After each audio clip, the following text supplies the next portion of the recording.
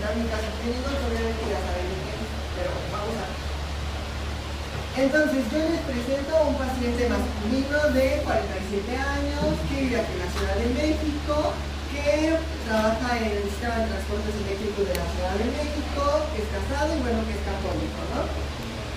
Aquí en este caso lo vamos a dividir en tres momentos. El momento en que llega a la consulta de servicio de urgencias, cuando lo pasan a la sala de observación y cuando deciden subir al piso de medicina interna. Ay, perdón. Ajá. Entonces, tenemos un paciente masculino de 47 años que llega al servicio de urgencias porque lleva, resulta que 20 días con poliuria, polidipsia, astenia y arinamia. Porque resulta que esto ocurrió como en enero y el señor se aguantó todas las fechas decembrinas, porque pues no, ¿verdad? Iba a querer estar aquí el 29 de diciembre en el hospital. Entonces, el día 29 de enero llega al servicio de urgencias por este cuadro y le toman estos signos vitales. Le hacen la escala de coma de Glasgow y sale de 15 de 15, no tiene fiebre, la frecuencia respiratoria tiende a lo más alto, ya está como en el límite superior, la frecuencia cardíaca está bien y la tensión arterial pues igual, ¿no? Vamos a ver sus antecedentes personales patológicos. ¿Ustedes qué color le darían para el momento del triage? Verde. Bueno, pues resulta que los médicos decidieron darle el color amarillo, porque pese a que la mayoría de sus signos vitales, si no es que todos, estaban inestables, ahorita vamos a ver en los antecedentes personales patológicos que hay una comorbilidad que les hace pensar que necesitamos atenderlo en un tiempo menor, porque tiene polidipsia, tiene poliuria, astenia y arinamia, y no son 2 días ni 3, son 20, ¿ok? Entonces, lo que decidieron fue darle el color amarillo, y bueno, ese es en la bromita que tienen ahí en urgencias de cómo es que podemos estratificar a las personas de acuerdo a lo que te dicen que sienten. Y pues les digo, aunque no tiene tanto compromiso en cuanto a sus signos vitales, ahora vamos a ver sus antecedentes personales patológicos. Entonces, bueno, él habita en una casa propia, vive con 5 personas, tiene todos los servicios básicos de urbanización y sí tiene animales, ¿no? Tiene un perro. La verdad, eso de la alimentación es una mentira, porque la verdad es que él no come bien. Y algo muy importante es que él se encargaba de saltarse sus comidas, porque él decía que por su trabajo, él no tenía la oportunidad de comer a sus horas. Pero claro, ya saben que cuando uno hace el interrogatorio, todos lo inventan. Entonces, él dijo que sí come 3 veces al día, que según hacía colaciones. Y no es cierto, para empezar, él ni dijo que comía en su casa, él dijo que comía en la calle y cuando tenía la oportunidad. Se la pasaba todo el tiempo arriba. Exactamente, porque siempre se la pasaba arreglando como el suministro de trolebús y anexos, entonces decía que no podía comer. Y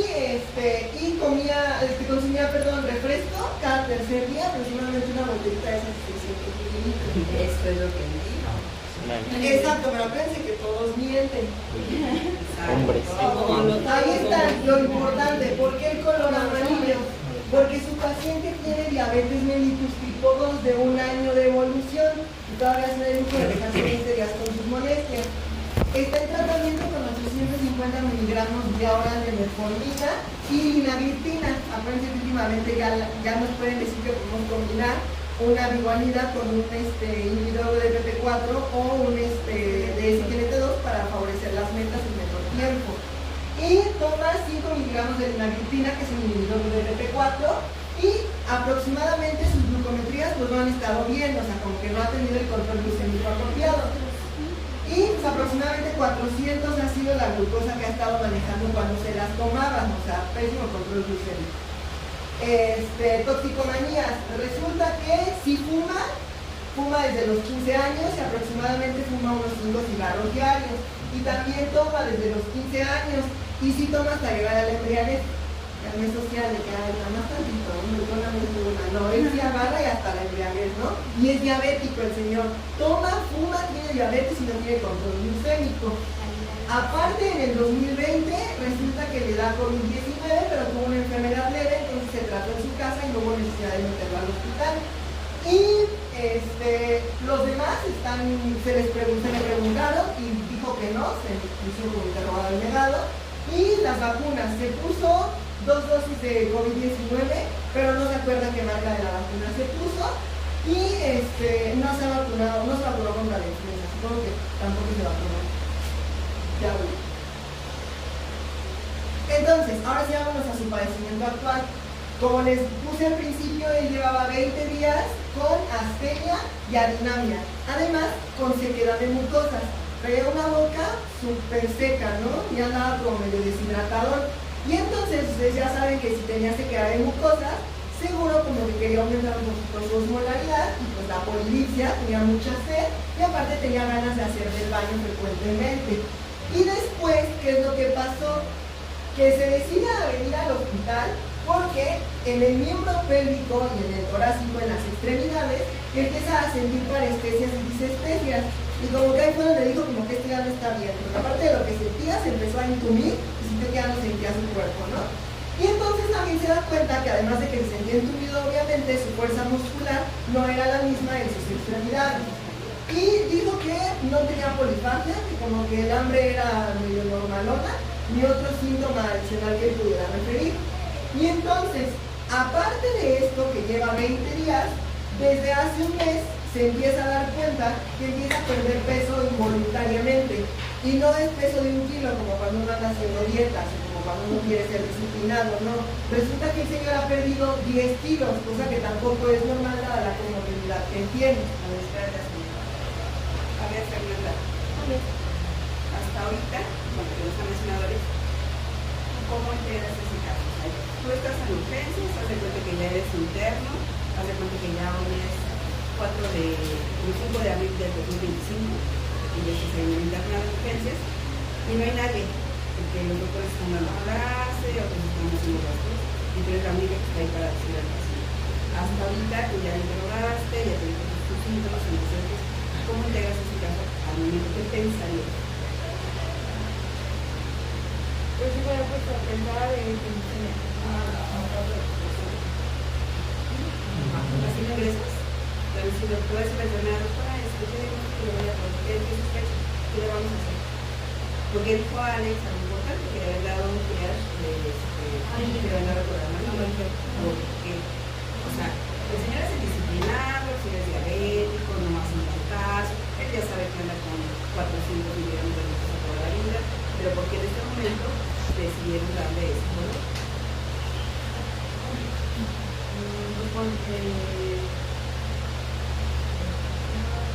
Pues ya tiene pues como Síntomas de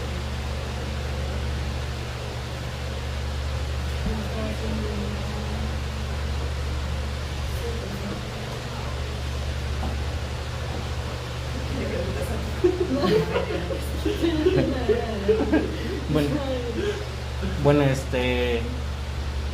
sí, yo también es lo que acercaré como amarillo porque una es el antecedente de el inicio de sus padecimientos, una ya son más de 20 días y además de que el paciente ya es conocido como ya el paciente es diabético tipo 2 con un mal control y además con esta pérdida de peso muy significativa que tiene por la polidipsia, la astenia, la dinamia y ¿cómo se llama? La disminución de fuerza en miembros. Yo estaría... ¿Qué dice aquí eso de las parestesias, disestesias, disminución de la fuerza? Ajá, y esta pérdida de peso, yo estaría pensando en un estado, que está en un estado hiperosmolar. O que podría estar en un estado hiposmolar porque está, da una, ¿cómo se llama? Una pérdida de deshidratación. Bueno, que está deshidratado podría estar. En una neuropatía de Bueno, eso es lo que dice que tiene un año de diagnóstico de diabetes. Generalmente cuando hacemos el diagnóstico sabemos que la fisiopatología ya trae de 5 a 7 años previos. Pero una todavía podría decirse que no, puede ser que sí, y que sea momentánea. Porque la diabetes está muy mal controlada, siempre va a niveles académicos, sí puede empezar a dar neuropatía, aunque puede ser transitoria, si se compensa y ya se actúa y se hace todo lo que se debe hacer con bolsa. Pero ¿qué otra cosa es? Yo podría pensar en una encefalopatía por lo mismo de las parestesias y la disminución de fuerza. Pues de que ya lleva como 20 días de evolución y intestinal control podría llevar a eso, una descompensación que pues, podría dar como consecuencia una encefalopatía diabética. No, es que justo, o sea, como que ya tiene ciertos, bueno, por el historial y por los síntomas ya tiene como ciertos datos de descompensación, ¿no? Más allá que de control, porque justo, o sea, en interrogatorios de su estilo de vida, pues nada, ¿no? O sea, pese a todo el fármaco que le están metiendo, solamente no le recibe nada, o sea, eso ya es descontrol, ¿no?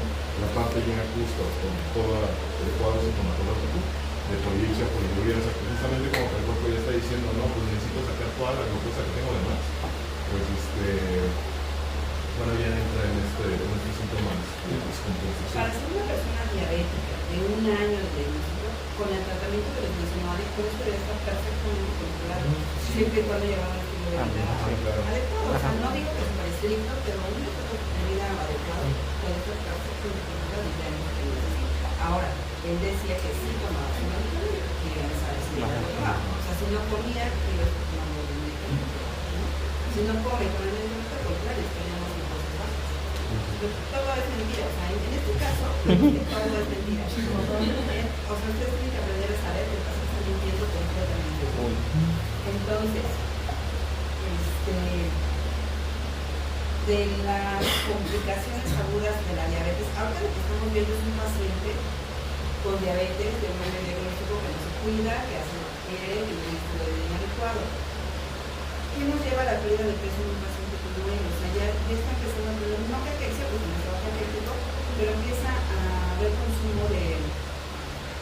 Estos pacientes empiezan a tener hipólisis, empiezan a tener consumo de codo también, y empiezan a perder peso. Para empezar, cuando se hace el diagnóstico de diabetes en una persona, para entonces ya tener pérdida de peso. Pero si aún así no llevan el tratamiento adecuadamente, pues van a seguir perdiendo peso.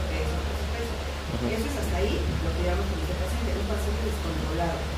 En estos momentos les hace sospechar que hay una descompensación, como bien dijo Jean-Paul, no es un descontrol, una descompensación, no es lo mismo. El paciente tenía descontrol, ahora ya no está llegando con una aparente descompensación, porque ya tiene un cuadro de 20 días. Que para mí, a mi pensar, yo creo que no fue de 20 días, yo creo que ya tenía todo este cuadro, bueno, arrastrando de tiempo atrás, y ya los síntomas agudos que nos están mencionando ahora son menos tiempo, algunos 10 días o menos. Porque en la situación diabética y en el estado molar, clínicamente, ¿qué les da la pauta para pensar que puede ser una u otra? ¿Cómo va la evolución en una y en la otra? Pues la hiperglucemia en la parte de la cetoacidosis está entre 300 y 600, en la hiperosmolar tiene que estar arriba de 600. Bueno, además de que, pues es que en la parte de la cetoacidosis, yo había leído que lo que presenta es la parte como la sequedad de las mucosas. Entonces, en la parte de la hiperosmolar tienes como una deshidratación osmótica. Pero bueno, yo también leí que cuando una persona está en estado hiperosmolar, la glucosa está elevada, por ejemplo, pero elevada a unos extremos de, por ejemplo, más de 1000 y así. Y cuando una persona tiene cetoacidosis, o sea, sí está elevada, pero no tan, bueno, sí muy elevada, pero no a esos extremos como A ver, entonces en el estado hiperosmolar, el nivel es arriba de 600. A mí me ha tocado ver hasta 1800. Cosas así impensables, me ha tocado ver. Obviamente son pacientes que incluso han fallecido. Pero son siempre arriba de 600. Y en la cetoacidosis, sí hay más o menos cosas, pero son valores que son, se dice que menor a 600, pero en general andan entre 250, 300, no más de eso. Pero la evolución. Ajá, bueno, la cetoacidosis diabética suele ser más aguda y suele presentarse más comúnmente en pacientes con diabetes tipo 1 y principalmente en personas con diabetes tipo 1 la cetoacidosis suele ser el principal o el primer síntoma que llegan o el primer estado que llegan a presentar estos pacientes. En cambio, en el estado hiperosmolar suele ser el típico paciente diabético tipo 2 que ya se conoce y suele ser más crónico, por así decirlo. La evolución es mucho más paulatina.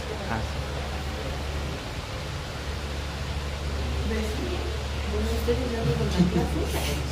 ¿Ya les pongo? Bueno, ya. porque dicen, ay, ya saben. Ya le saben, ya le saben. Ya pagué por mí. ¿No quieres pasar por mí? Claro.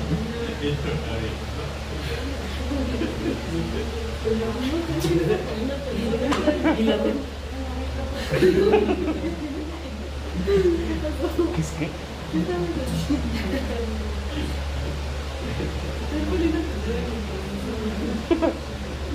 Todo bien, todo bien.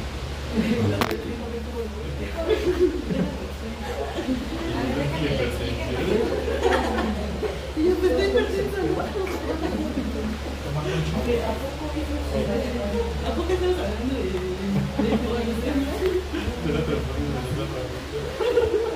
no, sí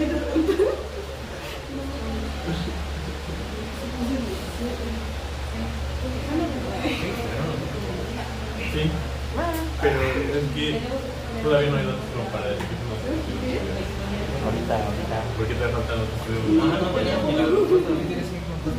O sea, tenemos ya la Pero ya la dieron, ¿no? La dieron de técnica elevada. Pero el pH de París mayor a 10. El carbonato está entre 10, entre 15. ¿De qué hablan? ¿Qué tipo de acidosis vas a encontrar? Compensada con una respiración dificultada. Con una... Pero el pH lo vas a determinar con la fórmula Bueno, de entonces, la cetoacidosis es algo más agudo. Por eso les digo que no le creo mucho a este paciente. Este paciente tenía un descontrol continuo, crónico, pero seguramente tenía poquitos días con los síntomas ya más agudos. Es decir, pudo haber tenido la poliuria, la polipsia, que mencionó Alex, como parte del descontrol. Pero ya estos síntomas, ya parestesias, disestesias, astenia, edema, lo que ya lo obligó a venir, seguramente tuvo menos días. Y el estado hiperosmolar generalmente son viejitos. Aparte yo La estoy como en estado de coma, ¿no? Bueno, en la cetosa es el estado de alerta, en el estado como de alerta, y en el estado hiperosmolar ya son un poco del estado de coma. Exacto. ¿Cómo ven ustedes a un paciente en cetoacidosis que está alerta, como bien dices tú, que tiene una glucosa? Ahorita justo Manuel, el paciente me acaba de mencionar que nos acaba de llegar un paciente con cetoacidosis diabética. Justo. Entonces me dice que está ahorita con respiración, ¿cómo es la respiración de cetoacidosis? Kussmaul. Entonces es una respiración así rápida, ¿no? ¿Cómo es el ANEUDAP en la cetoacidosis diabética? Es mayor a 10 y en la... Sí, en la hiperosmolar era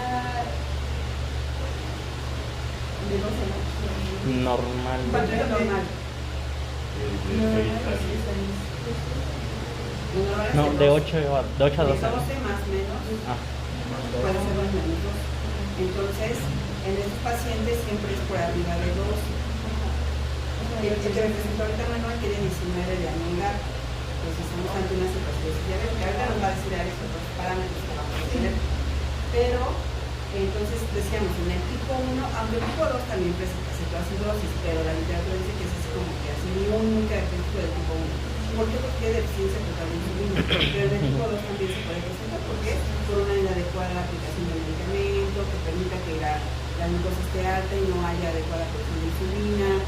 Que no tengan la captación adecuada de insulina a nivel periférico. O sea, son varios factores que en el tipo 2 los puede hacer cetoacidosis. Pero por lo general el estado hiperosmolar son viejitos, descuidados, que no tienen deshidratados, que no comen bien, que no se les aplica la insulina.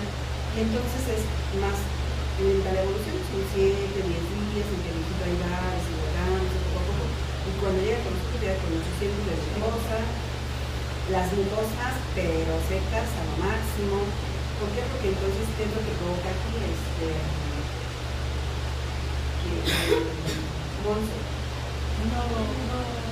La glucosa alta, las cetonas altas, ¿qué provoca? Por dentro de la fisiopatología estamos hablando de cetosis diabética. Tienes una glucosa alta por cualquier razón. Porque no se aplicó bien el medicamento, por un estrés, por una infección, y no tiene los niveles de insulina adecuados. Entonces empieza a echarse en una cascada. ¿Qué pasa ahí?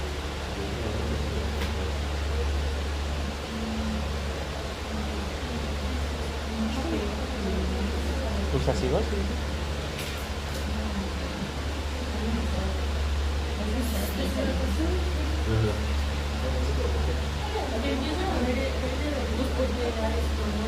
Por el crecimiento de los módulos. Empieza, lo primero que empieza. Todo comienza a partir de la lipólisis, ¿no? Que una vez que empieza la lipólisis, se busca que los triglicéridos se conviertan en ácidos grasos y esos ácidos grasos van a ser transportados por medio de la albúmina al hígado. Y en el hígado, bueno, van a entrar en las mitocondrias hepáticas y ahí va a ser como el proceso de tomar esos ácidos grasos libres para formar cuerpos cetónicos. Y esos cuerpos cetónicos van a generar en un acidosis metabólica, que es cuando ya se empieza a presentar la respiración de pulmón para hacer esta compensación de la respiración metabólica y que ya lleva a una deshidratación. Ok. Primero se echan a andar los cuerpos en los cortisol, catecolaminas. Bueno, ahorita lo vamos a enseñar, ya lo explico. Cortisol, catecolaminas, las hormonas contrarreguladoras, es lo primero que sucede ahí. Esa es una parte que le estoy diciendo, y la otra parte es la gluconeogénesis. Entonces empieza a ver el producción de glucosa, porque el cuerpo le está captando como que no tengo glucosa, no tengo glucosa, porque él no lo está captando directamente, entonces el cuerpo dice no tengo glucosa. Empieza a echar los mecanismos a glucosuria y que la glucosuria por osmosis jala mucha agua. Entonces empieza la deshidratación. Este paciente seguramente está deshidratado y al jalar agua no jala el agua, jala electrolitos. Y en estos casos de cetoacidosis y de hormonal hay hipocalemia e hipofosfatemia. Entonces eso nos va a dar parestesis y disestesis. Por eso es que lo que dice, este paciente seguramente llega con una descompensación, ya viene deshidratado y seguramente ya trae baja de electrolitos. Antes de tomarte los laboratorios, ellos pensaban eso, seguramente no. Yo les estoy imaginando que sí pensaron y por eso lo pasaron de urgencia. A ver si ya. Ok, entonces, bueno, a la exploración física, pues me encuentran orientado, sí está como que ni muy hidratado, pero tampoco está como que no tiene nada, ¿verdad? Como que hay como si urge como que ponerle líquido porque está muy hidratado, lo ponen como sin hidratado. Y los cardíacos están bien, de los pulmones también está bien, llenado capilares de 3 segundos y hay simetría de miembros pélvicos. Y entonces deciden que le van a tomar los paraclínicos y van a empezar con un pequeño plan de rehidratación y buscan descartar que alguna enfermedad metabólica se esté exacerbando. Y entonces pues, reservan su pronóstico de acuerdo a la evolución propia de él y a cualquier afectación que ya algún órgano blanco pueda haber tenido. Y pues obviamente no le exentan de que pueda tener complicaciones. Entonces ahora sí, le van a hacer el paquete interno y dirá la doctora de geriatría. Porque ya le van a hacer sus paraclínicos. ¿Qué paraclínicos le van a pedir? Bueno, pues le pidieron una biometría hemática, como dice Montse Reuma, una química sanguínea, una gasometría arterial, le van a tomar electrolitos séricos y un general de orina. A ver, Alison, en la biometría hemática, ¿qué esperarías encontrar o qué buscarías intencionalmente?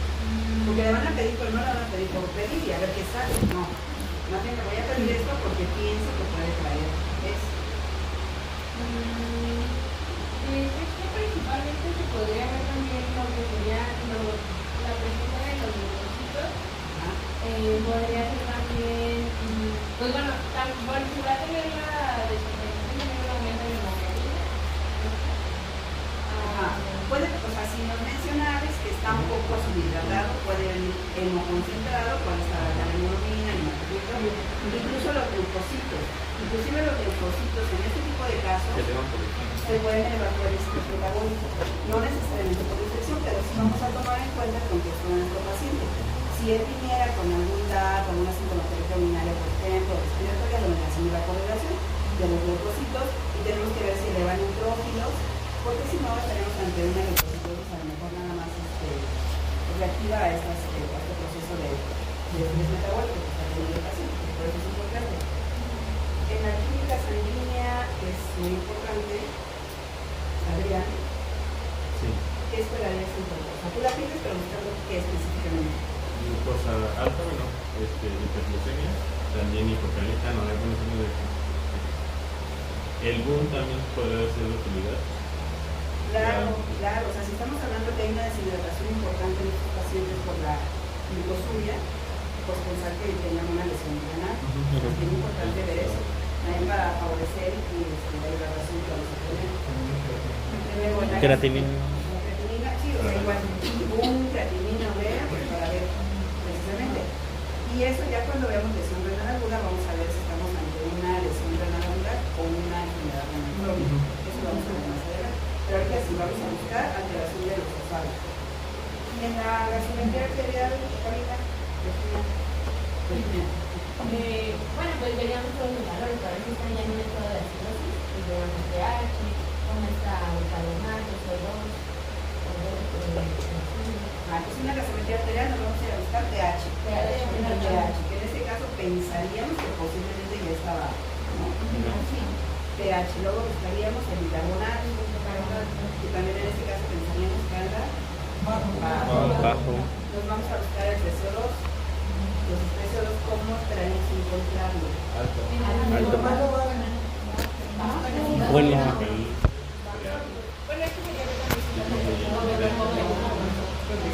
en teoría se tiene una respuesta. Bueno, justo como está limítrofe en cuanto a la respiración por minuto, pues en teoría podría estar en normal. Si fuera un paciente como el que me mencionaba el residente que está con respiración de pulmón, a lo mejor lo tenemos un poquito bajo. Porque para qué es esa respiración, precisamente para tratar de compensar, para sacar el CO2 y compensar la acidosis. Siempre acuérdense, el respiratorio compensa riñón y el riñón compensa los respiratorios. En este caso estaríamos ante un problema metabólico que estaría afectando los respiratorios que tendría que compensar. Con los electrolitos séricos que tenemos que encontrar en podemos intencionalmente eléctrico. Pues muy positivo, podría haber sodio disminuido. Por los poderes de deshidratación de todas las electrolitos estarían alteradas. Pero sobre todo el sodio y potasio. Bueno, si ya nos está haciendo los síntomas que tiene ahí, pensaremos en el potasio está bajo. Y sabiendo la fisiopatología de la cetoacidosis y del cuerpo hormonal, nos estaríamos estudiando abajo. Aunque les voy a decir, cuando a veces recibimos al paciente con urgencia, tiene alto el potasio. Pero eso solamente como al momento por la deshidratación. Si tomamos un nuevo control en unas 4 o 5 horas, ya va a estar bajo. Entonces siempre tenemos que tomar en cuenta eso. Pero también, bueno, se dice que es porque a veces los pacientes llegan, bueno, tienes que checar bien el potasio porque a veces los pacientes llegan con un potasio bajo y, por ejemplo, si tú le administras insulina, lo que va a hacer es bajar aún más el potasio y entonces... Eso lo vamos a ver también. También, exacto. En el examen general de orina que le pidieron también, ¿qué buscarían? Pues igual en proteínas, cuerpo cetónico.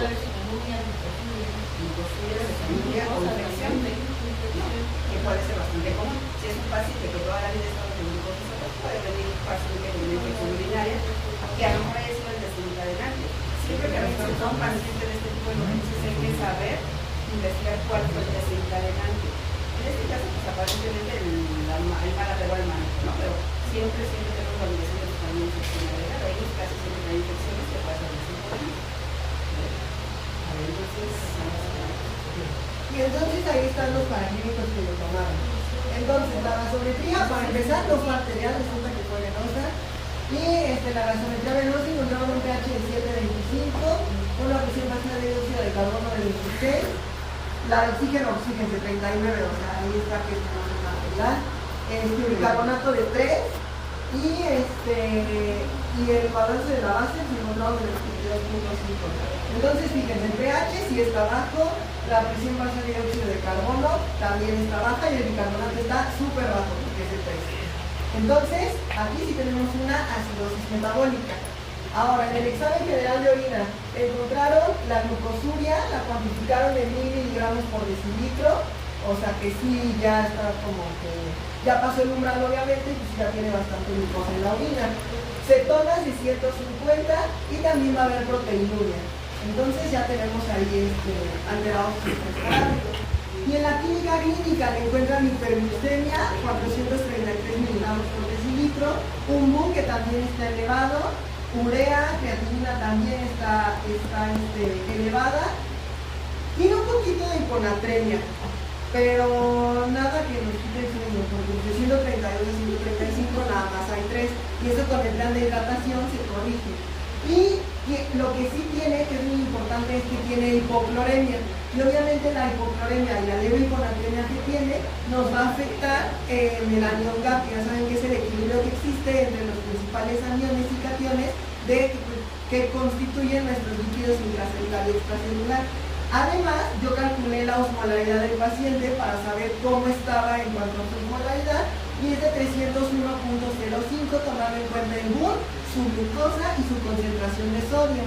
Afortunadamente, la osmolaridad no nos demuestra que haya un estado hiperosmolar, porque todavía no pasamos de los 320 milismoles por litro. Pero si se dan cuenta, su anion gap en ese entonces es de 19.8. O sea, sí tenemos una acidosis metabólica a expensas de un anion gap elevado, que precisamente se debe por la acumulación de ácidos orgánicos en la sangre, en los cuerpos cetónicos. Y en este tipo de pacientes, cuando nos llegan las urgencias o en cualquier lugar, ahorita que recientemente el paciente está mal, ya tomamos esto, en cualquier lugar que estemos, siempre tenemos que sacar la osmolaridad y el anion gap, porque eso nos va a dar la pauta junto con el examen de orina y todos los demás parámetros. Pues si ya estamos ante datos de acidosis metabólica, con cetonuria, con glucosuria, una osmolaridad normal y un anion gap de 19 puntos está súper elevado, ya prácticamente nos está dando el diagnóstico. Claudia, ¿cuál es el diagnóstico? Pues el diagnóstico de la cetoacidosis es, pues, primero ver que haya una hiperglucemia. Bueno, algunas referencias dicen que arriba de 250, otras dicen que arriba de 300. También sería... que no llega a ser 100, en este caso. También sería, bueno, el desequilibrio electrolítico, que, bueno, algunos dicen arriba del 10 o del 12. También ver la concentración del bicarbonato, que sea menor a 15, y un pH menor a 7.3, lo que haya cetonuria o cetonuria. Entonces estamos en una cetoacidosis.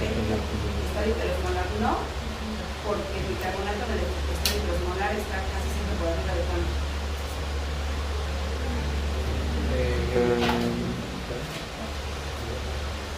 Arriba de 15. O sea, puede estar un poquito bajo por la deshidratación, pero no tanto como sucede en ocasiones de cetoacidosis.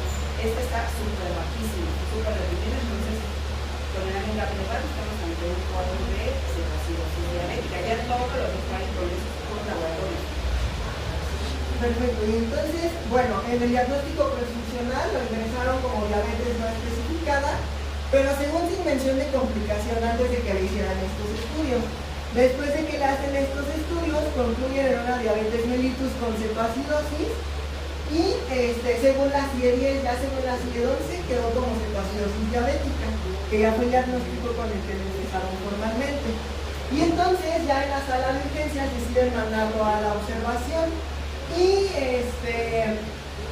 entonces deciden una dieta líquida libre de demanda, deciden que los signos vitales y la escala de tono de Glasgow se va a vigilar para ver que no pierdan el estado neurológico y que no se nos vayan ni para arriba ni para abajo en sus signos, que le hagamos la oximetría de pulso, que nos visualicemos el corazón, que hay que vigilar nuevamente como inicia el estado neurológico, deciden sondearlo para cuantificarle bien la orina, le checan bien el balance de líquidos y la uresis horaria, ¿de acuerdo? Y igual también hacen otras indicaciones que dicen que hay que tomarle la glucosa capilar cada 2 horas para estar monitoreando y reportar cuando la glucosa se encuentre menor a 200, porque, ¿qué es lo que van a hacer? Le van a poner la solución Hartmann, una dosis única, y después ordenan una bomba de infusión con solución Hartmann del UCC y cloruro de potasio. Además, el monitoreo es porque a esto le agregan insulina de acción rápida. Y esta insulina de acción rápida la cargan en solución fisiológica en una vía periférica que no interfiere con la otra solución que ya tiene, y por eso es que tenemos que estar checando cuando la glucosa ya esté por abajo de los 200 miligramos por decilitro. Por cualquier situación de las náuseas deciden darle ondansetron, Y dentro de sus medidas de tromboprofilaxis que indican en urgencias, le administran vía subcutánea enoxaparina cada 24 horas. Entonces, esas son las indicaciones que dan, ingresan a la sala de observación y ya, como a las 11 de la noche que ingresa, tenemos estos nuevos signos vitales. Hay una saturación que pasa del 90%, una temperatura adecuada, ya tenemos una frecuencia respiratoria que ya está en 18, ya no está pegada al límite superior, una frecuencia cardíaca normal y la tensión arterial sigue bien. Y entonces ya lleva 3 horas aquí y le detectamos un desequilibrio ácido-base, como ustedes decían, por la acidosis metabólica, una cetoacidosis diabética que la clasificaron como severa, de acuerdo a su pH, a su bicarbonato y a su nivel de glucosa en sangre. Y dentro de la acidosis metabólica le ponen el anión GAP elevado porque está de 19.8, que obviamente les decía que repercute en la hiponatremia, en que tiene muy poco bicarbonato y en la hipocloremia. Y le detecta una lesión renal aguda, que así la reporta. Le dan el monitoreo glucémico, es importante seguirlo monitoreando. Y le ponen la bomba de insulina, continúa con la bomba de insulina para ver cómo responde terapéuticamente. Y el balance hídrico, le checan sus ingresos y sus egresos y encuentran unos ingresos de 2.000 mililitros y unos egresos que prácticamente coinciden de 200 a 1.800 porque cuantifican tanto lo de la sonda como otro tipo de ingresos que pueda tener y entonces pues los ingresos coinciden con los egresos. Nada se nos está quedando, todo lo que entra está saliendo, nos vamos tan mal. Además, se encuentran una uresis de 0.3 mililitros de acuerdo al peso que él tenía y para la cuantificación estricta del líquido vamos a continuar con la sonda, todavía no se le quita. Y entonces, a las 3 de la mañana deciden volverle a tomar una gasometría, pero esa gasometría otra vez no salió arterial, salió venosa. Y entonces se encuentran un pH de 7.3, ya subió un poquito, una presión parcial de dióxido de carbono que ya está normal, 38, pero el bicarbonato sigue un poco bajo, está de 20. Ya estamos compensando un poquito, pero seguimos dentro de la acidosis metabólica porque el pH sigue un poco bajito, la presión parcial de dióxido de carbono ya está normal, pero el bicarbonato sigue estando un poco bajo. Y si se dan cuenta, pues venosa porque la presión de oxígeno es de 27. ¿Cuáles son los criterios de resolución de la cetoacidosis diabética? Ares dice, bien dice como primera clasificaciones que están monitorizando cada 2 horas la temperatura capilar. Vamos a estar en este tipo de pacientes por lo pronto 2 veces por turno una gasometría arterial, que ya nos están mencionando las gasometrías. Eso nos va a dar el parámetro para ver en qué momento ya cumplió los criterios de resolución y en qué momento se va a retirar la insulina, porque no la podemos dejar todo el tiempo hasta colocar la hipoglucemia. Es una infusión continua, tenemos que estar checando cada 2 horas o cada hora incluso las luminarias capitales. Entonces, ¿cuáles son los criterios de resolución? Cuando dices, ya están, si mis valores están entrando, ya le puedo retirar la insulina.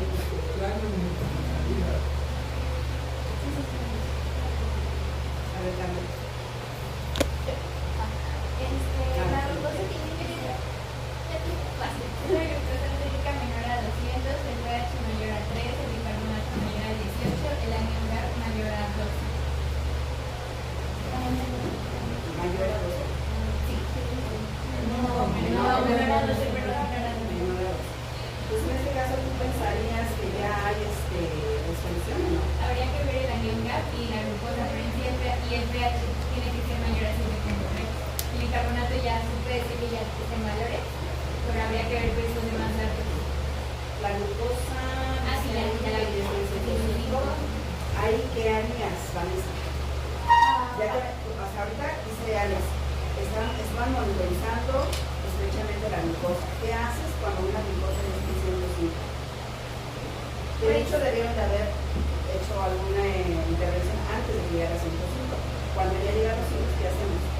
Pues ya suspendemos la hidratación. Es que luego esto se puede dar hidratación con la solución con glucosa sérica. Y cuando ya llega a valores normales, ya sería como recomendable suspender y quedarnos con la carne. No. Deben de disminuir la dosis de la insulina gradualmente cuando se llega a 200. Entonces, en cuanto llega a 200 se debe ir bajando gradualmente hasta que se estabilice, entonces ya se suspende el los golpes? Bueno, en todo momento vamos a ir bajando gradualmente, en todo momento nos vamos a ir monitorizando cuando vemos que ya está. Si él llegó con 470, cuando ya está en 300, por ejemplo, bajamos un poquito la infusión, seguimos monitorizando, si vemos que ya llega a 250, bajamos otro poquito la infusión y nos vamos pasando también con la gasometría arterial. Si vemos que va llevando el bicarbonato, que va mejorando el peso, vamos bajando paulatinamente la infusión. Bueno, yo había leído en la guía de práctica que si disminuye más de 200, bueno, menos de 200, se le puede pasar, ¿cómo se dice? Solución glucosada. Entonces, a estos pacientes empiezan a tratar con solución fisiológica o solución salina al punto 45 si vinieran con hipernatremia o solución Hartmann.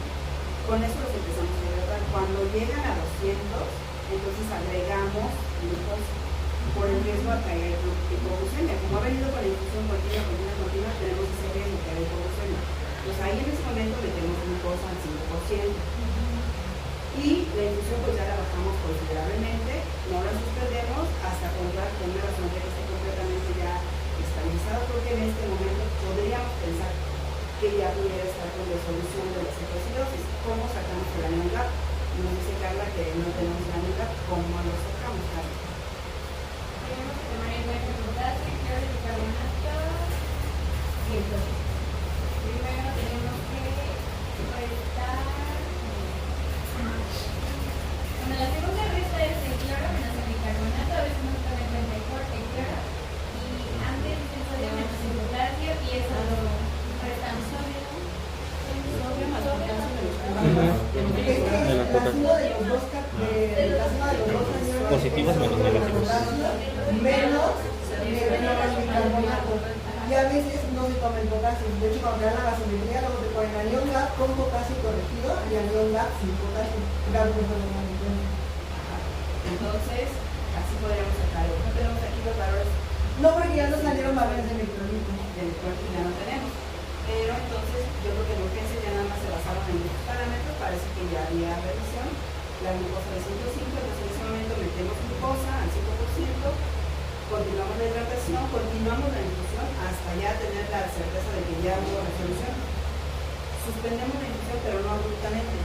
Primero hacemos el traslate, así se llama, hacer el traslate. Metemos la insulina de acción intermedia. Entonces en este caso ya meteríamos insulina NPH, pero 2 horas todavía lo vamos a mantener con la infusión y con la glucosa al 5%. Para evitar rebotes y para evitar hipoglucemias. Que se mantiene con glucosa al 5%, la infusión todavía 2 horas, después de haber aplicado la primera dosis de insulina ya basal, y que el paciente ya esté comiendo, ya tiene que estar comiendo. Si no, no podemos agregar la insulina basal. ¿Vale? No podemos esperar el traslado, se tiene que hacer con el paciente y ya esté comiendo. Si el paciente por alguna razón no estuviera en condiciones de comer, bueno, vamos a poner una sonda nasogástrica y vamos a empezar ya alimentación. Muy bien. Entonces, como precisamente cuando ingresó en medicina interna ya la habían puesto como acidosis metabólica remitida. Entonces, como era de urgencia, ya no era tan fácil que se nos complicara, lo suben a medicina interna.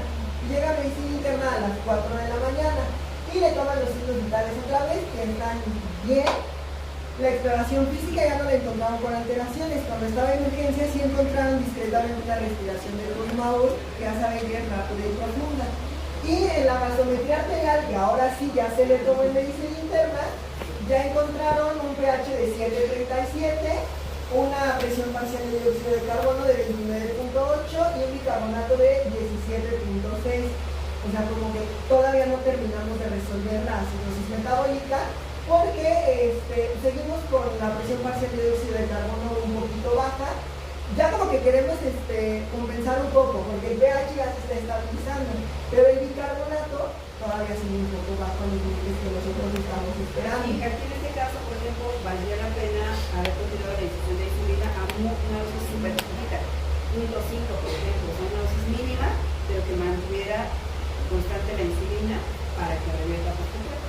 Y la hidratación es lo básico. Entonces, estos pacientes, tratamiento básico, hidratación, insulina, potasio y bicarbonato, ¿en qué casos se usa el bicarbonato? No en todos los casos. ¿Cuánto? Porque en este caso estaba disminuido cuando llegó, pero ¿cuánto es lo que no sale para el bicarbonato?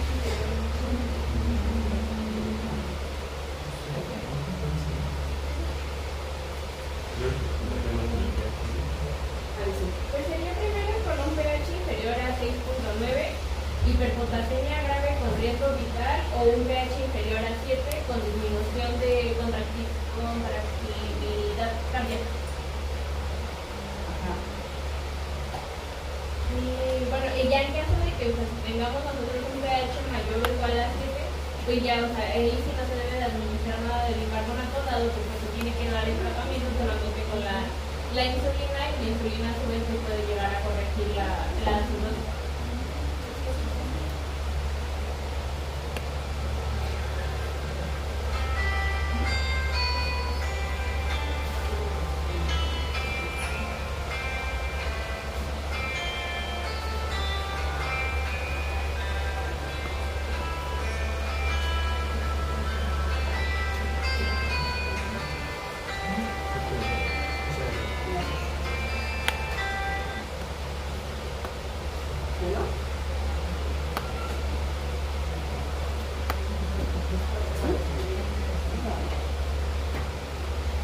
Entonces, si nosotros administramos bicarbonato en forma indiscriminada y cuando no se requiere, lo que podemos provocar es una acidosis refractaria, es decir, que no podamos resolver rápidamente nuestro problema y se perpetúe esta acidosis. Entonces, lo que solamente se usa cuando el pH está por abajo de 6.9 precisamente. ¿Por qué? Porque ahí sí hay un riesgo importante de alterar la contractilidad miocardica. Pues ahí sí, o sea, bajo riesgo tan inminente de que haya una parada cardíaca, pues bueno, si lo administramos de una sola dosis y continuamos con la insulina, con la hidratación y con eso debe de resolverse perfectamente. Entonces, bicarbonato en casos sumamente específicos, potasio casi siempre en todos los casos, la insulina y la hidratación son los pilares del tratamiento de la cetoacidosis diabética y del escalón vascular. Ok, le tomamos la glucosa y fue 5.35. Y entonces, los últimos estudios que reportaron fueron una clínica de glucosa de 108, una NeoGAP de 12, ya teníamos bien la concentración de sodio, el potasio bien, la creatinina bien, ya había disminuido, el cloro, ya estábamos ahí ya recuperándonos de la hipocloremia. Y el señor seguía diciendo que tenía parestesias y disestesias tanto de sus miembros torácicos como de sus miembros pélvicos y que sentía como una sensación urente, ¿no? Como que me arde, me quema, ¿no? Y entonces como que sí empezaron a pensar en que tenía una neuropatía. Pero de hecho el señor ya súper bien, ¿eh? O sea, se fue hasta el 2 de febrero, pero el señor ya estaba súper bien, se bañaba y los últimos 2 días que fuimos a pasar de visita ya ni estaba bañado. Entonces ya el señor ya estaba bien, pero hasta el 12. Y entonces fíjense, con la corrección del estado cetósico y con la hidratación, bajaron sus azoados, corregimos un poquito sus electrolitos séricos, el anión GAP ya no está de 19, ya está de 12, y la glucosa 108, ya ahí vamos, ¿no? Y la última gasometría se la tomaron el 1 de febrero, y aquí ya vemos la compensación, que sería una alcalosis respiratoria, donde ya tiene un pH de 7.46, una presión parcial de dióxido de carbono de 34.8 y un bicarbonato de 26. Entonces aquí ya estamos viendo que ya por fin ahora sí ya nos compensó y la verdad es que ya se sentía bien. Y fíjense, de tener la primera osmolaridad que les calcule de 301, ahorita ya estaba en 287.3. A consecuencia de que ya teníamos con más equilibrio sus electrolitos, fíjense cómo la glucosa ya no está en 400, ya está en 108 y el BUN ya está en 26.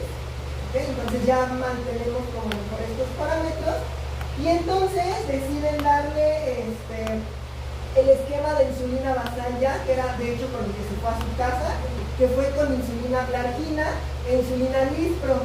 Pero pues, sí pensamos que dado que él dijo que luego le era imposible tener un horario para la comida, que prácticamente la insulina lispro como que ni se la iba a poner, porque pues si no, iba a terminar con hipoglucemia si no comía, y de todos modos, si no podía ni comer, hasta parece que iba a sacar su querida para ponerse la insulina.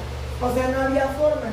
Y el esquema de insulina basal, insulina glargina, 0.2 unidades internacionales por kilogramo de peso por día, y ya le terminan de dar el manejo higiénico dietético y el 2 de febrero ya se nos da con su esquema de insulina basal. Preséntenme el tema en 20 minutos. Entonces, una de las complicaciones principales en este caso sería el edema cerebral. Es lo que tenemos que cuidar mucho en este caso de los pacientes. Si empezamos a ver que su estado neurológico está deteriorado, que están aumentados, osteoporosis, y eso sucede más en el estado irregular. Ahí van a haber más este tipo de casos en el estado irregular. Estaremos hablando de una edema cerebral importante. Ahí sería un poquito difícil el manejo porque tenemos que hidratar, pero a la vez poner un poquito de manicol para bajar el edema cerebral. Tendríamos que ser súper cuidadosos porque está metiendo el poquito y a la vez sacando el poquito por ese edema cerebral que pudiera llegar. Pero siempre procuramos que no llegue el edema cerebral a los pacientes.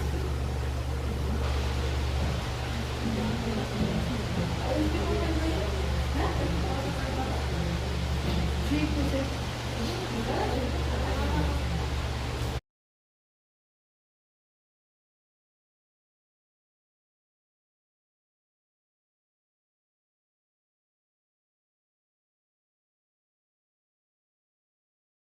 Encontrar en pacientes con diabetes que va a poner en peligro la vida.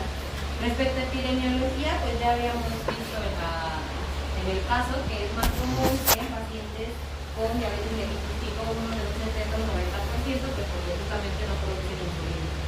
Pero también puede haber casos en pacientes con diabetes mellitus tipo 2, pero en una menor proporción de un 10 a un 30%. Y este tipo de complicación se ve más común en pacientes afroamericanos y de origen latino.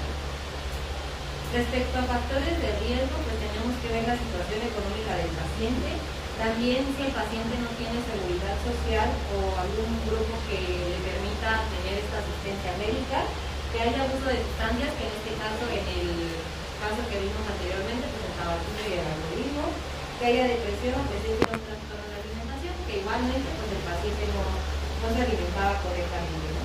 Respecto a la fisiopatología, pues ya la comentamos bastante bien, pero pues nada más para repetir, en los pacientes que tengan específicamente diabetes mellitus tipo 1, pues va a haber deficiencia de insulina. Y al haber deficiencia de insulina, lo que va a haber va a ser un aumento de hormonas contrarreguladoras. Va a haber muchas, pero la más importante es el glucagón. Una vez que ya hay esta deficiencia, el cuerpo no va a tener suficiente glucosa en las células para poderlas utilizar. Por ello es que pues, va a haber una utilización deficiente de glucosa en las células. Y pues también, como comentaba la doctora, va a haber mayor gluconeogénesis, que esto va a ser formación de glucosa a partir de piruvato, que pues justamente el cuerpo va a tratar de producir glucosa para que esto pueda ser tomado por las células y pueda generar energía. Entonces, estos dos efectos nos van a producir hiperglucemia, pero va a llegar un punto en el que esta hiperglucemia va a llegar al punto máximo de transporte glomerular y por lo tanto, pues esta glucosa se va a empezar a eliminar por la orina, o sea, glucosuria. Y esta glucosuria también nos va a generar una diuresis osmótica, que también comentamos que iba a condicionar pérdida de muchos electrolitos, ¿no? Y pues esto, ahorita revisamos esta parte. Además de lo de la gluconeogénesis, también comentamos que iba a haber glicólisis, que clínicamente el paciente se presentó con pérdida de peso voluntario. ¿Y por qué? Pues, no es de proteínas, perdón. Va a haber glicólisis y esta glicólisis pues va a ser la degradación de triglicéridos, ácidos grasos libres y glicerol. Estos ácidos grasos, como comenté, pues van a ser tomados por la albúmina y van a ser llevados al hígado. En el hígado, por la carnitina-transferasa 1, que va a ser un transportador que va a estar en la mitocondria, que nos va a permitir la entrada de estos ácidos grasos a la mitocondria, vamos a hacer el proceso de beta-oxidación y pues vamos a formar, a partir de ácidos grasos libres, cuerpos cetónicos. Y esto nos va a generar pues, aumento de cuerpos cetónicos en el cuerpo. Y esto también nos va a llevar a una acidosis metabólica, que también la comentamos en el caso, y también va a ser el desequilibrio aniónico por la pérdida de electrolitos. Y la acidosis metabólica, para tratarla de compensar, justamente va a haber una actividad compensadora que va a ser la respiración de pulmón y pues ya vimos que va a ser forzada y rápida. Todo esto nos va a llevar a una deshidratación, se podría decir, tanto sistémica como intracelular. Y pues también comentamos en el caso que nos puede afectar el estado de alerta y llevarnos a un estado de choque. Y hablando como tal de las proteínas, esto va a generar igualmente para poder utilizar todo esto como energía. Y la degradación de proteínas pues nos va a llevar a una pérdida de nitrógeno y a una confusión muscular, que justamente fue lo que presentó el paciente, que fue pérdida de peso. Eso respecto a la fisiopatología. Hablando como tal de las manifestaciones clínicas, pues se va a parecer mucho a lo que presentó el paciente. Los pilares pues va a ser como la hiperglicemia, la disminución del volumen circulante y la acidosis. Y se dice que estas tres suelen evolucionar las primeras 24 horas. También los pacientes pueden presentar fiebre y polipsia, puesto que ya habíamos visto igual en el caso que los pacientes tratan de compensar esta pérdida de electrolitos consumiendo mucho líquido y esto condiciona mayor orina. También cetonemia, la respiración de pulmón por la acidosis metabólica, glucosuria, cetonuria y el olor frutal, que el olor frutal pues, va a ser dado por la presencia de cuerpos cetónicos en el cuerpo. Y todos estos síntomas pues, pueden llegar a evolucionar hasta alteraciones del estado mental.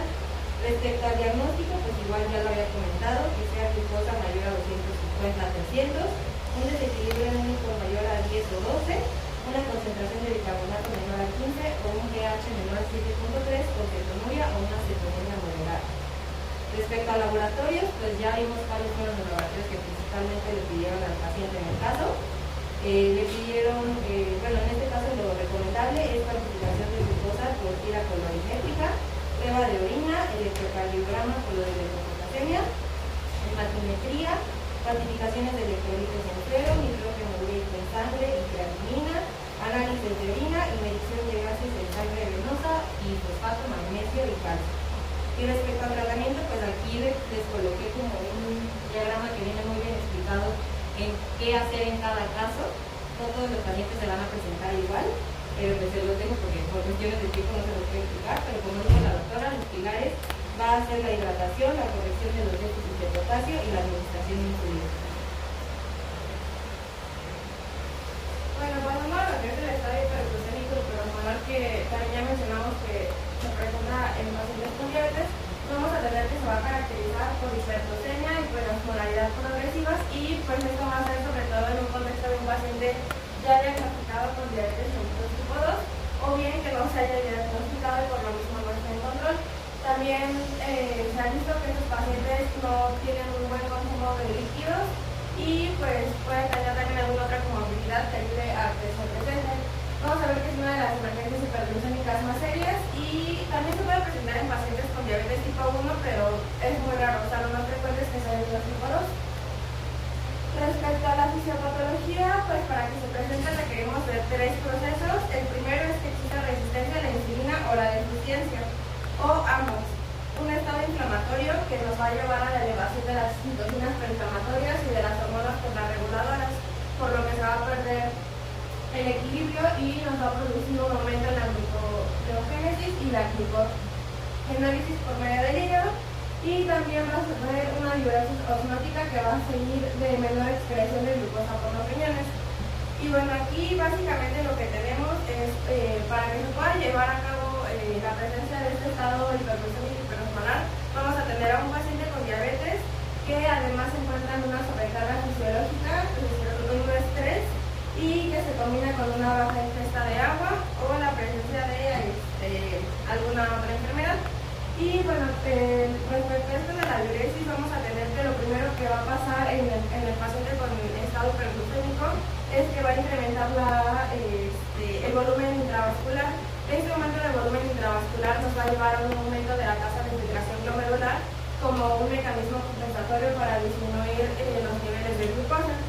Sin embargo, al seguir aumentando esta cantidad de glucosa, se va a rebasar la capacidad de los riñones y entonces vamos a tener ahora sí la presencia de glucosuria y diuresis osmótica grave. Además, aunado a esto, va a haber una pérdida de electrolitos, sobre todo el sodio y el potasio por medio de la orina, además de calcio, fosfato y magnesio.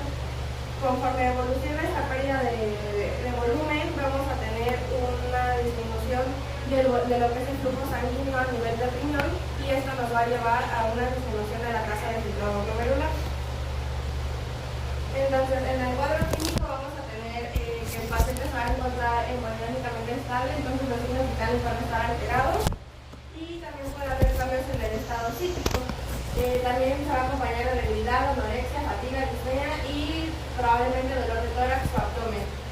¿Qué datos tenemos para orientarnos específicamente del estado de hipertensión hiperosmolar? Bueno, vamos a tener que se trata sobre todo en adultos mayores, van a tener el antecedente de la diabetes bajo un control deficiente o que pudo haber sido desencadenada por algún otro proceso como una neumonía o una infección de vías urinarias, y la presencia de enfermedades subyacentes que pueden ser cardiovasculares, respiratorias, renales o neurológicas. Y bueno, aquí tenemos algunos factores predisponentes, pueden ser enfermedades, entre ellas tenemos infecciones, que ya les mencioné, el infarto del miocardio, insuficiencia renal, accidentes cerebrovasculares, isquemia mesentérica, hemorragia, émbolos, pancreatitis, alimentación parenteral entérica, que se encuentran en diálisis peritoneal o hemodiálisis y hepatodiálisis. Dentro de otros factores predisponentes también vamos a tener a los fármacos. Entonces, dentro de estos fármacos vamos a tener a los diuréticos, a los beta-bloqueadores, a la clorpromacina, al mannitol, los glucocorticoides y también el uso de algunos antipsicóticos. Entonces, es importante que cuando estemos evaluando a estos pacientes, interroguemos sobre el uso de alguno de estos fármacos. Los que se han visto con mayor frecuencia en este tipo de cuadros son los antipsicóticos. Dentro de los estudios de laboratorio vamos a tener que pedir los electrolitos séricos, que como ya les mencioné, pues hacer un estado hiperosmolar, vamos a tener pérdida de estos. También se van a pedir ácido láctico, cetonas en suero, una biometría hemática completa, cultivos de sangre y orina, la osmolaridad urinaria, la osmolaridad sérica y el perfil metabólico completo. Y bueno, también dependiendo del tipo de paciente que tengamos, pues todo es individualizado. Entonces va a haber pacientes con los que también va a ser necesario pedir marcadores cardíacos, creatina, proporcionada, gases en sangre, estudios de función tiroidea. Y dentro de los estudios de imagen, pues igual depende del paciente, lo más común es pedir la radiografía del tórax y el electrocardiograma, y en algunos casos también puede ser necesario pedir una tomografía. Y bueno, ahora sí, a lo importante, ¿qué criterios vamos a tomar en cuenta para poder establecer la presencia de un estado hiperosmolar? Va a ser una glucosa mayor o igual a 600 miligramos sobre decilitro, una cetonuria leve o ausente, un bicarbonato mayor a 15, pH mayor a 7.3, osmolaridad sérica efectiva mayor o igual a 320 y una alteración del estado neurológico, que esto va a ser variable, puede ser desde somnolencia hasta coma. En este caso no vamos a pensar que la cetonuria sea por producción importante de cuerpos cetónicos. Básicamente va a ser porque el paciente ya está con un deterioro cognitivo, no ha comido, vomita, deshidratado, básicamente por eso va a ser. Y bueno, también es importante mencionarles que este grado de alteración del estado de conciencia va a ser relacionado y equivalente al nivel de osmolaridad del paciente. Entonces, entre más graves sean los niveles de osmolaridad, pues peor va a ser el estado neurológico. Y bueno, aquí les puse una tablita para diferenciar entre lo que es la cetoacidosis diabética y el estado hiperosmolar, que era lo que mencionábamos ahorita en el caso. Y bueno, vamos a ver que básicamente es con estudios de laboratorio. Tenemos glucosa plasmática mayor a 250 en el caso de la cetoacidosis diabética y en el estado hiperosmolar es mayor a 600. Entonces, ahí hay una diferencia. Y bueno, se las dejo ahí para que la revisen porque si no, no terminamos. De los criterios de resolución, tenemos que la osmolaridad sérica debe ser menor a 310, la glucosa sérica menor de 250 y paciente que ya esté con un estado de alerta adecuado. Respecto al tratamiento, pues igual hay muchísima información sobre cómo se puede tratar a estos pacientes. Les puse estos 4 puntos que me parecieron los más importantes. Lo primero es manejo con líquidos. Se recomienda la solución salina al 0.9% a una velocidad de 500 a 1000 mililitros por hora o de 15 a 20 mililitros por kilogramo durante la primera hora. Es importante que la insulina se administre siempre después de haber ya administrado líquidos, y esto es porque los líquidos nos van a ayudar a bajar la glucosa. Entonces, para no darle insulina además, se intenta bajar lo más que se pueda la glucosa por medio de los líquidos y ya después se le administra la glucosa. Entonces, cuando veamos que la glucosa ya no está bajando, entonces ya iniciamos la insulina. Después vamos a, la insulina también se debe de iniciar cuando se confirma una concentración 3.000 equivalentes por litro, esto por lo que ya hemos mencionado, de que los niveles de potasio se relacionan con lo que es la insulina y se administra antes de que el potasio esté estable para encontrar en pacientes. Y bueno, aquí les puse una tablita para Por la baja de potasio es importante solucionar la glucosa, ¿sí? Pero el efecto inmediato es la baja de potasio y que puede hacer arritmias letales. Entonces siempre tenemos que corregir, hace lo que nos mencionabas, tenemos que corregir siempre el potasio. Si está bajo, no podemos iniciar insulina si no corregimos potasio. Siempre hay que corregirla porque el efecto inmediato es eso, baja de potasio con arritmias y una hiperglucemia secundaria. Y bueno, respecto a la insulina, podemos ocupar dos esquemas. La primera opción es un vuelo de 0.1 unidades por kilogramo y luego una infusión continua de 0.1 kilogramos por kilo por hora hasta que reduzca de 50 a 70 miligramos sobre decilitro, o la opción 2, una infusión a 0.05 por unidades por kilo por hora. Y bueno, y aquí les puse un esquema que menciona específicamente como que el tratamiento y cada paso. Se lo dejo igual para que lo revisen. Ahora llegamos a la última parte, que es la condición. Bueno, vamos a definir, pues es un estudio de glucosa en sangre anormalmente baja, con síntomas asociados o no que pueden producir un daño. Esto lo vamos a definir menor a 70 miligramos por decilitro. La fisiopatología va a llevar unos procesos que van a llevar a las manifestaciones clínicas. Lo primero podría ser la disminución de insulina, después una posterior aumento secuencial de las catecolaminas, de glutadón y por último la hormona de crecimiento y después el aumento de proceso. Vamos a tener dos tipos de síntomas, los síntomas adrenérgicos y los síntomas neuroglucopénicos. Los adrenérgicos se van a presentar con una glucemia entre 50 a 70 miligramos por decilitro. Esto que va a dar ansiedad, irritabilidad, palidez, taquicardia, temblor e hiperhidrosis.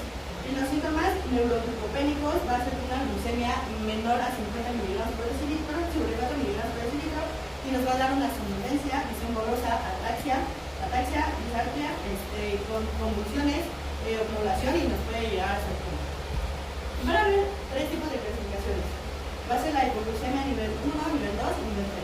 El nivel 1 va a ser menor a 70 miligramos por decilitro y mayor a 54 miligramos por decilitro. Este puede ser, puede alterar a la persona para realizar alguna acción clínicamente significativa.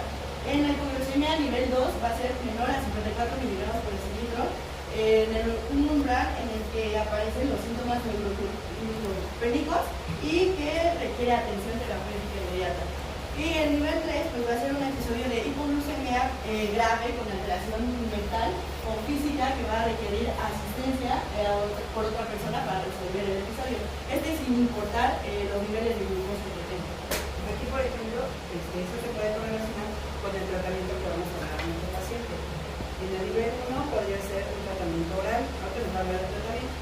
En el nivel 2 y 3 ya pensaríamos en poder administrar algo intravenoso a nuestro paciente, porque a lo mejor desde el nivel 2 ya no tienen la posibilidad de agredir el paciente. Bueno, la epidemiología. La hipoglucemia pues, es muchísimo más frecuente en pacientes con diabetes tipo 1, llegando a presentar entre 2 a 5 episodios de nivel 3 al año.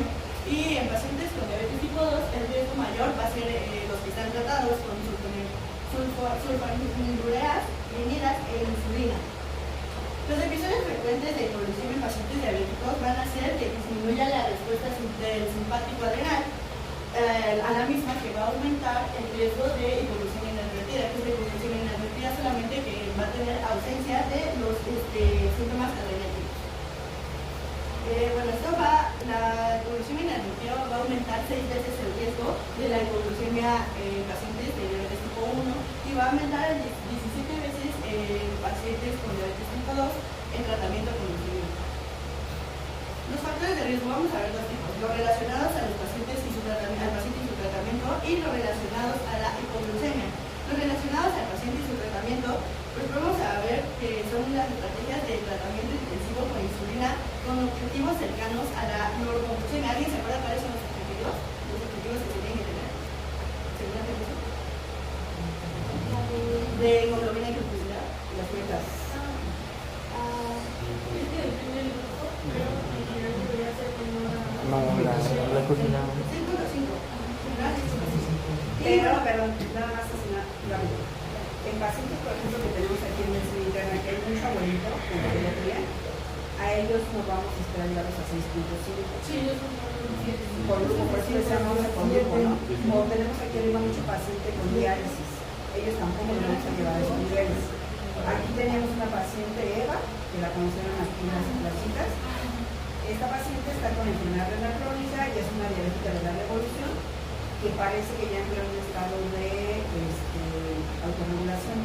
Es decir, por el problema renal, como ya no tiene la capacidad de darle insulina, la poquita insulina que todavía circula, la poquitita que el páncreas saca, con esa poquita insulina para ellos es suficiente su control, ya no necesitan algo extra.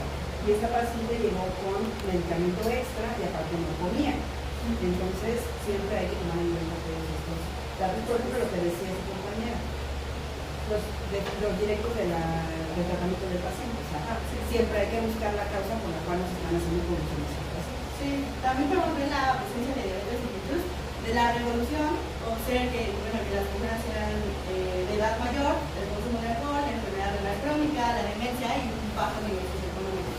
También los dedos directos en el hipoglucemia pues va a ser un ejercicio excesivo, la demora de la ingesta, errores de medicación o la sobrecorrección de un episodio de hiperglucemia.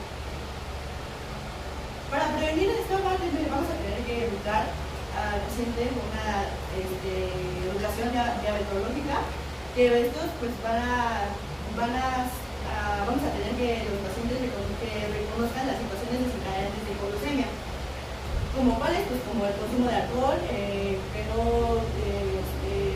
la demora de la ingesta y el ejercicio excesivo, que es lo que acabamos de comentar. El manejo nutricional, hipoglucemia, esto va a determinar el contenido de hidratos de carbono de la dieta, los cambios de objetivo del control metabólico en pacientes con hipoglucemia, que esto, los pacientes con antecedentes y alto riesgo de hipoglucemia grave se considera un objetivo de control menos estricto. Esto va a ser, por ejemplo, la hemoglobina glicosilada va a ser de 7 a 8%, la glucemia basal va a ser menor a 140 y la postprandial va a ser menor a 200 miligramos por decilitro. Y ya por último, el tratamiento, pues vamos a ver que tenga pues, síntomas de hipoglucemia o una glucemia capilar menor a 70 miligramos por decilitro.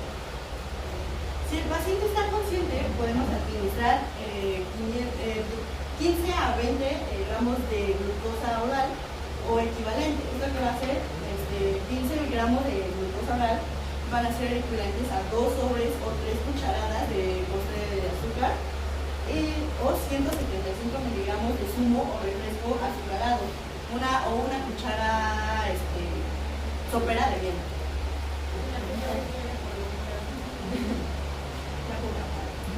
Bueno, después de entonces, mejor así como que la miel, bueno, después vamos a repetir la medición de glucemia. Pero es un pediátrico, ¿no? Y vamos a ver si la glucemia baja, bueno, es menor a 70 miligramos por decilitro, o si es mayor, pues ya vamos a incluir los hidratos de carbono de absorción lenta para prevenir la recurrencia, ¿no? Y si está inconsciente, vamos a tener un acceso hospitalario, con un acceso a vía venosa, que vamos a administrarle una glucosa del 50% de un 25 a 50 mililitros intravenoso y vamos a repetir la glucemia a los 15 minutos. Si la glucemia es menor a 70 miligramos por decilitro, pero si es mayor a 70 miligramos por decilitro, hay que valorar la intolerancia oral. Si tolera, podemos ingerir hidratos de carbono de absorción lenta. Y si no tolera, vamos a administrarle glucosa al 10%, 100 mililitros por hora, y va a haber un ajuste a su control glucémico. Pero si no tenemos acceso a vía intravenosa, vamos a administrarle glucagón de 1 miligramo intramuscular o subcutáneo o 3 miligramos intranasal. Y bueno, tras esto pues ya vamos a tener una recuperación a nivel de conciencia y se va a reiniciar la administración oral y se va a reajustar su tratamiento antidiabético. va a remitir urgencias los pacientes, pues van a ser en pacientes con hipoglucemia grave que no han recuperado el nivel de conciencia tras la normalización de glucemia. También va a ser en pacientes que la hipoglucemia no va a remitir tras las medidas habituales, que ya las vamos a ver, o en pacientes con hipoglucemia por sulfonilurea, sobre todo en pacientes mayores. Pacientes que están usando sulfonilurea, ¿por qué? Por la vida media. Entonces, de repente es una práctica común en urgencias que llega el paciente hipoglucémico, le administran dextrosa, ya se compensó, vamos a su casa. No, va a regresar a su casa y va a volver a ser hipoglucémico por la vida media de la sulfonilurea. Entonces, tienen que ingresar, tenemos que vigilarlo de 48 a 72 horas. Y sobre todo si ya tienen un daño renal o ya son ya adultos mayores, pues más, porque ya la función no le está haciendo vida, entonces van a tardar más tiempo todavía por realizar esos niveles de sulfonilurea. En este caso es muy importante seguir monitorizando y no darlos de atrás a casa. Doctora, también, bueno, leí que si, por ejemplo, si no se encuentra con glucagón, se puede administrar azúcar sublingual en lo que llegan los servicios de urgencias. Sí, exacto. Y siempre que tengamos un caso ya de reciprocidad, osmolar o hipoglucemia, que son las descompensaciones, tenemos que indagar. Primero vamos a ver toda la atención que ya vimos, vamos a recuperar a nuestro paciente y tenemos que saber la causa por la cual está sucediendo eso. ¿Qué pasa? Nos han tocado aquí pacientes que no ven, o sea, literal no ven, están ciegos por completo y se aplican su insulina. Nos tocó una paciente, entonces le decía yo, ¿cómo le hace? Pues de cálculo, bajo la cumbia de cálculo, no, eso no puede ser, es posible que de cualquier hipoglucemia que no revertía. Entonces siempre tenemos que saber qué está pasando, si el sitio donde se le están aplicando la insulina es el mismo, porque pues empiezan a hacer fibrosis, se empieza con el fibrosis y ya no tiene la misma absorción, pues ya no está funcionando la glucosa, digo la insulina, cómo la están almacenando, si la están poniendo en refrigeración o no, tiene que estar en la puerta del refrigerador, no en otro sitio, la caducidad, de repente había un paciente que nos dice, no me fijé porque no lo vi y ya se había caducado, porque no se estaba aplicando de agua. Pues todos esos son, o qué pasa, el abuelito que le aplica y le aplica su insulina, pero no come. Nos decía la señora, es que le aplicaba su medicamento, pero no comía nada. No, pues ya por la glucemia marcada, ¿no? Entonces, siempre saber qué es lo que está desencadenando todo esto. ¿Vale? Como en este paciente del caso que vimos, pues bueno, después de que ya vimos su glucosa y ya vimos todas sus modificaciones al estilo de creo que sí, o al menos eso me dijo que sí lo iba a hacer, que iba a tratar de mejorar, siempre hay que hacer ese énfasis cuál es la causa por la cual está llegando nuestro paciente para tratar de porque no, vamos a llegar a bueno, entonces nos vemos. Tenemos caso de crisis hipertensión, ¿no? Es que no me acuerdo. ¿Qué? Crisis hipertensión.